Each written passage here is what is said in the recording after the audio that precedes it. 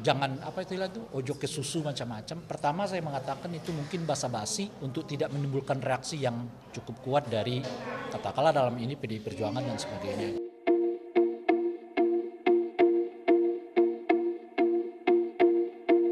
Yang kedua saya sampaikan ojo ke susu.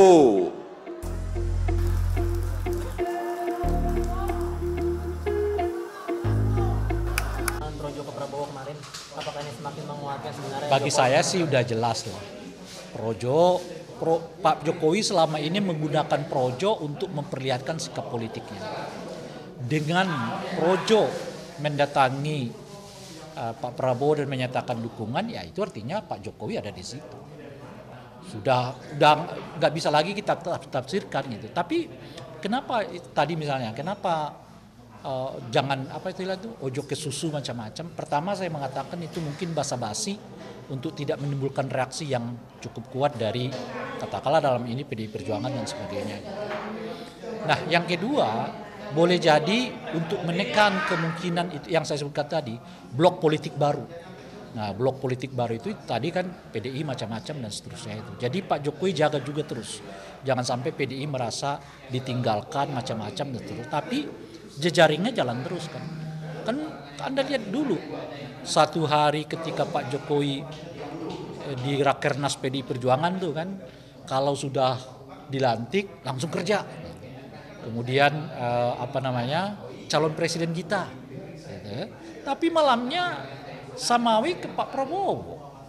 Apa yang bisa dibaca dari ini gitu. Jadi di satu tempat dia seolah-olah ikut dengan Ganjar, tapi jejaringnya malah jalan ke Prabowo kan satu-satu kan, yang dimulai oleh Samawi itu apa ulama pendukung Jokowi lah dan sebagainya.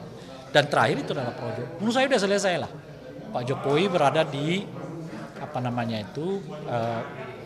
Pak Jokowi bersama dengan Pak Prabowo gitu. Nah itu yang saya sebut tadi. Pertanyaannya sekarang apa reaksi politik PDI terkait itu? Itu yang saya sebut lima skenario itu kan, mulai dari menonaktifkan Kaisang, mempasifkan keanggotaan Pak Jokowi, lalu mengevaluasi keberadaan menteri mereka dan membentuk blok politik baru gitu. Nah itu menurut saya. Pak, tadi kan Bapak bilang ada 5 sikap PDIP Pak ya? Ya itu bukan sikap, itu dugaan saya. Dugaan sikap ya Pak ya? Bisa nonaktifkan dari PDIP Pak. Berarti ada kesempatan elektabilitas Bapak Ganjar Pranowo ini naik Pak nanti menjelang pemilu 2024, karena kan memang tadi kata ada dinasti politik dan masyarakat ini sudah tidak percaya situasi lagi. yang seperti sekarang ini malah menurut saya bisa-bisa mendongkrak elektabilitasnya Ganjar, karena di kita ini kan pemilihnya itu pemurah ya.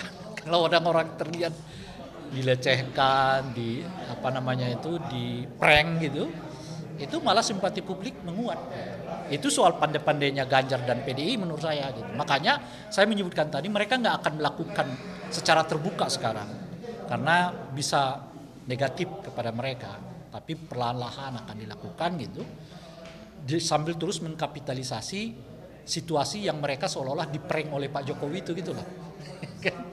Dan masuk ke dalam diri orang. Coba Anda bayangkan Pak Jokowi itu adalah satu-satunya orang yang diperjuangkan habis-habiskan oleh PDI lebih dari 30 tahun. 10 tahun, bukan lebih dari 30 tahun, 10 tahun di wali kota, 4 tahun gubernur, 10 tahun jadi gubernur. Jadi 24 tahun. Itu PDI membackup terus-menerus Pak Jokowi. Nggak cukup itu saja. Pak Jokowi keluarga Pak Jokowi minta anaknya jadi wali kota, jadi ya kan. Keluarga Pak Jokowi minta menantunya jadi wali kota, jadi. Lalu tiba-tiba diperlakukan begini gitu loh. Tanpa salam, tanpa kalam, tinggal begitu aja. Oleh karena itulah mungkin kemarin itu deklarasi jangan ada dah. Terlalu ini gitu loh Pak, terlalu frontal gitu loh. Makanya jangan ada deklarasi gitu, tapi ini kawan jalan terus kan ke Pak Prabowo gitu kan. Karena itu terlalu frontal, terlalu seolah-olah. Itu tadi, setelah hampir 23 tahun mereka backup, bukan hanya Pak Jokowinya, anaknya iya, menantunya iya. Lalu Anda dengan tenang deklarasi mendukung salah satu calon presiden, itu bisa image Itu yang saya sebutkan. Tapi pada saat bersamaan, kalau Ganjar dan PDI mampu mengkapitalisasinya, boleh-boleh kemudian mereka naik suara dari peristiwa ini gitu. Nanti atas dasar dinasti politik yang dilakukan oleh Pak Jokowi itu Pak, berarti nanti ada harapan masyarakat pilihan capres selain dinasti politik itu ada di Ganjar gitu ya Pak? Ya itu kita nggak tahu. Ya. Itu yang saya sebut ini soal kemampuan kapitalisasi. Kan. Nah sejauh apa nanti kemampuan kapitalisasi Ganjar dan koalisinya untuk menaikkan elektabilitas mereka ya kita nggak tahu. Tapi peluang itu ada sekarang, itu yang mau katakan. Berarti nanti ada kalau misalnya ada keputusan MK. Sama dengan menurut saya dengan situasi begini belum tentu kehadiran Gibran dengan Pak Prabowo itu menaikkan elektabilitasnya. Belum tentu juga. Orang itu tadi kalau dilihat reaksi negatif itu sekarang relatif umumnya adalah orang-orang yang dekat dengan Pak Jokowi yang bereaksi negatif terhadap situasi yang sekarang. Pak, terakhir Pak, soal Ojo Pasusu tadi Pak, itu kira-kira bisa diisyaratkan sebagai bahwa Jokowi ini kan projo pengennya Prabowo sama Gibran. Ya. Apakah ini juga menjadi sinyal kalau ini Gibran udah nggak akan bisa maju karena mungkin putusan Mahkamah Konstitusi kuat untuk menolak? Ya bisa karena itu satu tentu. Tetapi menurut saya, kalaupun diterima menurut saya seperti yang saya sebutkan tadi, dengan situasi politik begini nggak mudah lagi ternyata bagi Gibran gitu. Kenapa gitu? Kalau Golkar ngotot, nggak bisa masuk. Ya ini soal Golkar lagi ya. Gitu.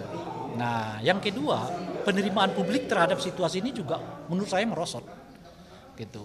Nah oleh karena itu, dan yang ketiga faktor KPU-nya kan. Kalau KPU ya merevisi ketentuan ini belum tentu diterima oleh Komisi 2 yang kemungkinan besar sesuai dengan yang saya sebutkan tadi itu ya 314 kursi itu kemungkinan besar menolak gitu. Jadi situasinya sekarang sudah nggak mudah bagi Gibran, nggak seperti yang mungkin dibayangkan sebelumnya gitu ya, kalau udah ketok langsung jadi gitu loh, nggak mudah. Ini salah satu kuncinya sekarang ada di Golkar, dia mau terima apa enggak gitu.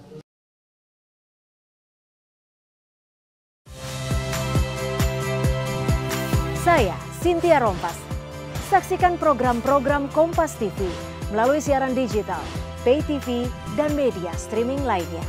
Kompas TV, independen, terpercaya.